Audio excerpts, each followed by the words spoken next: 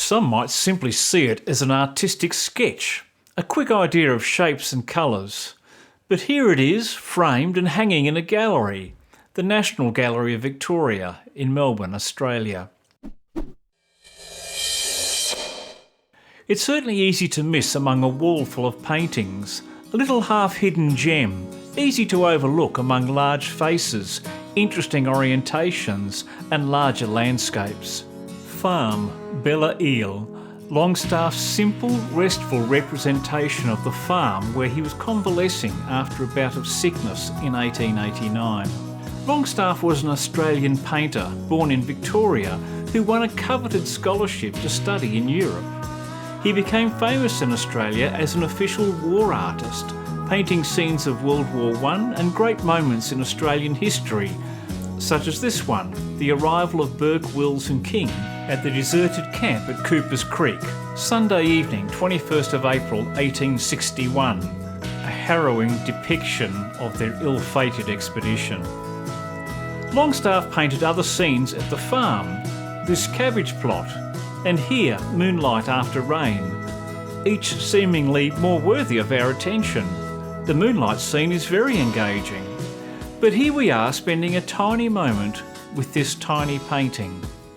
Artists will be familiar with the idea of the block-in, getting the large shapes and slabs of colour down.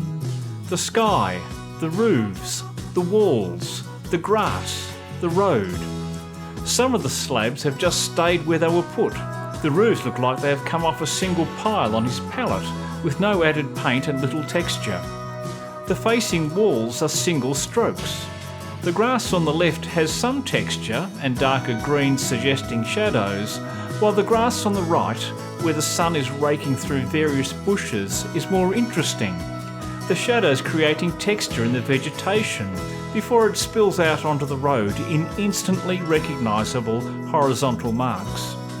With a few expert marks, the road shows us its raised centre catching the light, and the shallow ditches on either side are achieved through subtle shifts of value. As the road turns the bend, we see a collection of what?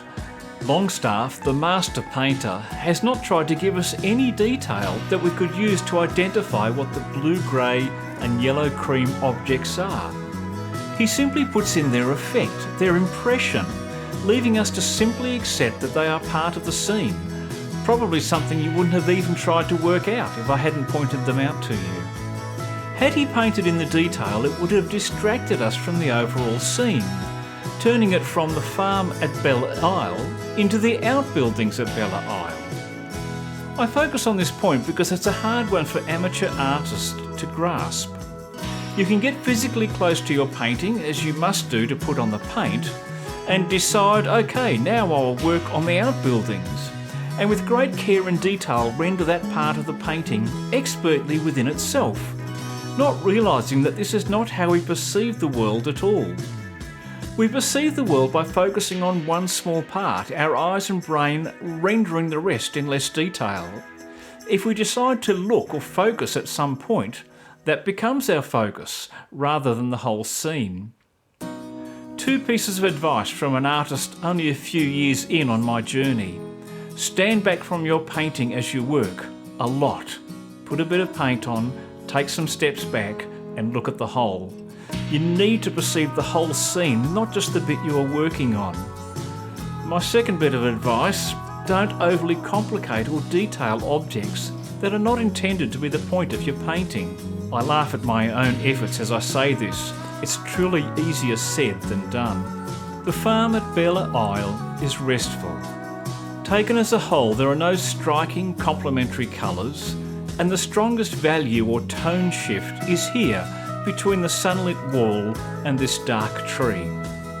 This tiny gem of a painting renders and suggests all we need. We can easily see what is going on. We can mentally place ourselves in the scene looking toward the buildings under an indistinct sky. We can see the sun glinting off the walls and other farm buildings, and we can see that the light is low. We're at one end or the other of a peaceful day. A day at the farm, Belle Ile. Thanks for watching. If you liked this video, please press like. If you want to be notified when I put out more reactions to great art, please subscribe. See you next time.